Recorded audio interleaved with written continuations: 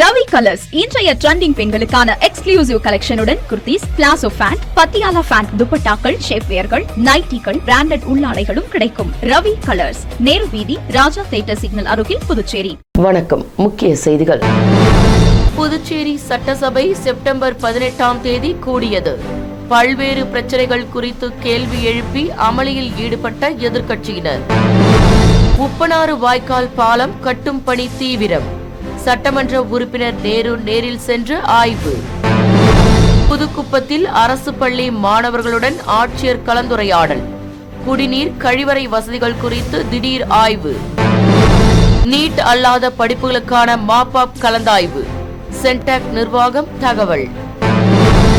இனி விரிவான செய்திகள். புதுச்சேரி 15வது சட்டப்பேரவையின் 6வது கூட்டத்தொடரின் 2வது பகுதி செப்டம்பர் 18ஆம் தேதி தொடங்கியது. புதுச்சேரி சட்டசபை பட்ஜெட் கூட்டத்தொடர் கடந்த மார்ச் மாதம் 10ஆம் தேதி ஆளுநர் உரையுடன் தொடங்கியது. இதனைத் தொடர்ந்து முதலமைச்சர் ரங்கசாமி மார்ச் 12ஆம் தேதி 13,600 கோடிக்கான பட்ஜெட்டை தாக்கல் செய்தார். பட்ஜெட் கூட்டத்தொடர் மார்ச் 27ஆம் தேதி வரை மாநில அந்தஸ்து வலியுறுத்தும் அரசு தீர்மானத்தை நிறைவேற்றி காலவரையின்றி ஒத்திவைக்கப்பட்டது. சட்டசபையை 6 மாதங்களுக்கு ஒருமுறை கூட்ட வேண்டும் என்பது விதி. அதன்படி புதுச்சேரி சட்டசபையின் 6வது கூட்டத்தொடரின் 2வது பகுதி செப்டம்பர் 18ஆம் தேதி காலை 9:30 மணிக்கு கூடியது. சபையை சபாநாயகர் செல்வம் திருக்குறள் வாசித்து தொடங்கி வைத்தார். தொடர்ந்து மறைந்த தலைவர்களுக்கு இரங்கல் தெரிவிக்கப்பட்டு தீர்மானம் நிறைவேற்றப்பட்டது. மேலும் கோப்புகளை அந்தந்த துறை அமைச்சர்கள் தாக்கல் செய்தனர். தொடர்ந்து ஜிஎஸ்டி திருத்த மசோதா, எளிய முறையில் தொழில் தொடங்க அனுமதி குறித்து மசோதா தாக்கல் செய்யப்பட்டது. எத்தனை நாட்கள் சபை நடத்தப்படும் என்பது குறித்து அலுவல் ஆய்வுக்குழு கூட்டத்தில் முடிவு செய்து தெரிவிக்கப்படும் என அறிவிக்கப்பட்டுள்ளது. மேலும் சட்டசபை கூட்டத்தில் சமீபத்தில் நெல்லித்தோப்பு உள்ளிட்ட பகுதிகளில் சுகாதாரமற்ற குடிநீர் விநியோகம், இலவச அரிசி நிறுத்தம், சென்டாக் கல்வி நிதி, பட்ஜெட்டில் உயர்த்தி அறிவிக்கப்பட்ட மகளிர் உதவித்தொகை உள்ளிட்ட பிரச்சினைகள் குறித்து எதிர்க்கட்சியினர் கேள்விகள் எழுப்பி அமளியில் ஈடுபட்டது குறிப்பிடத்தக்கது.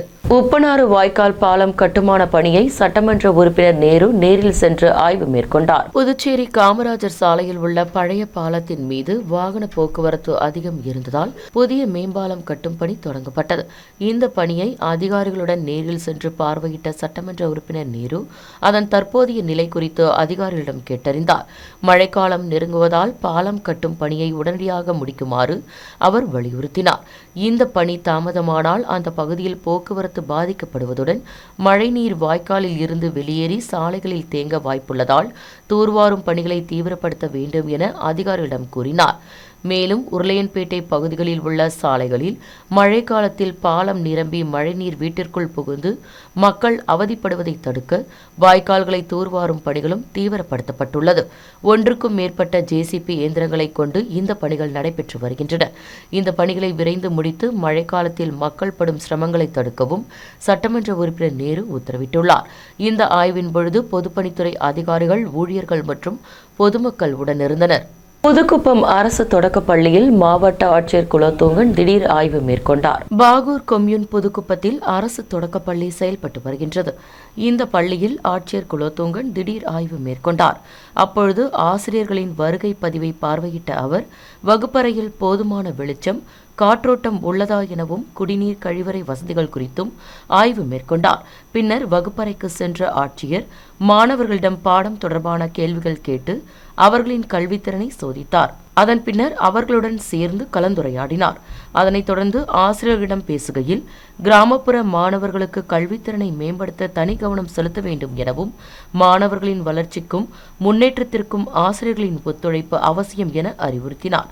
இந்த ஆய்வின் பொழுது பள்ளி தலைமை ஆசிரியர் ரோஸ்லினா மற்றும் ஆசிரியர்கள் உடனிருந்தனர். நீட் அல்லாத படிப்புகளுக்கான மாப் கலந்தாய்விற்கு விருப்ப பாடங்கள் தேர்வு செய்ய வேண்டும் என சென்டாக் தகவல் தெரிவித்துள்ளது. புதுச்சேரியில் நீட் அல்லாத இளநிலை பட்ட படிப்புகளுக்கான மாணவர் சேர்க்கை கலந்தாய்வை சென்டாக் நடத்தி வருகின்றது.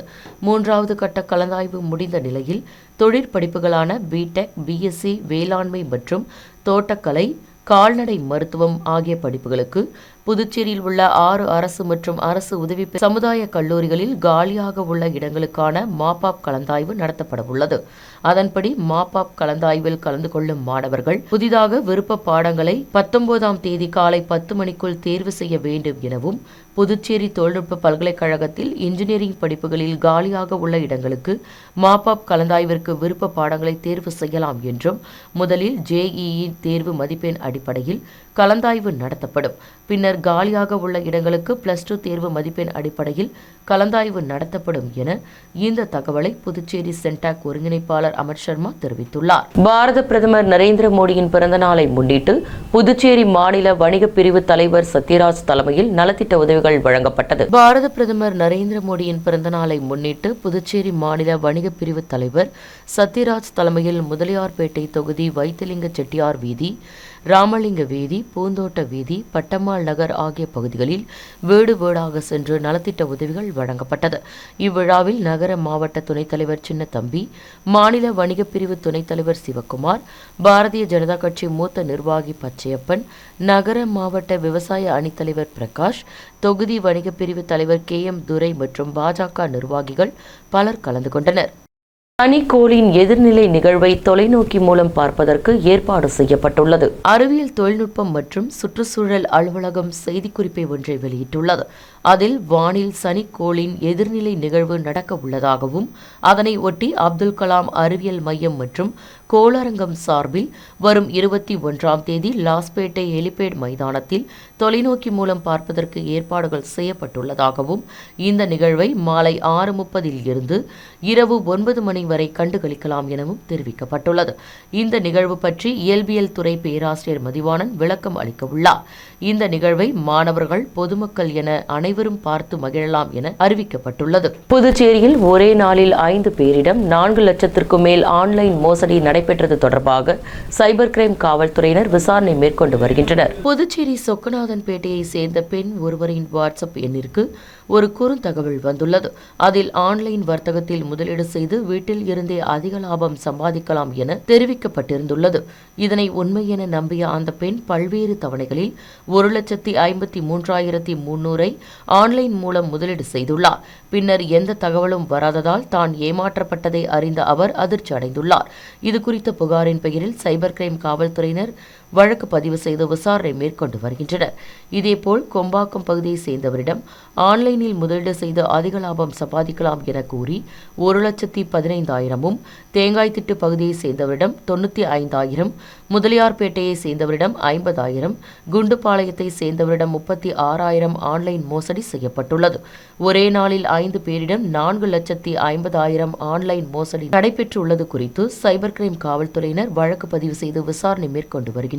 அடுத்து வருவது புதுச்சேரியின் இன்றைய தங்கம் மற்றும் வெள்ளி விலை நிலவரம். இன்றைய தங்கம் வெள்ளி விலை விவரம். புதுவையில் இன்றைய தங்கம் வெள்ளி விலை விவரம் வழங்குபவர்கள் முத்து கோல்ட் ஹவுஸ், பாண்டிச்சேரி. தங்கம் 1 கிராம் 10,190 ரூபாய். இன்றைய தங்கம் வெள்ளி விலை விவரம். வெள்ளி 10 கிராம் 1,380 ரூபாய். இத்துடன் AMN செய்திகள் நிறைவடைந்தன. வணக்கம். உங்கள் AMN TV செய்திகளை யூடியூபில் உடனுக்குடன் காண AMN TV பாண்டிச்சேரி சேனலை சப்ஸ்கிரைப் செய்யுங்கள். பெல் பட்டனை மறக்காமல் கிளிக் செய்யுங்கள்.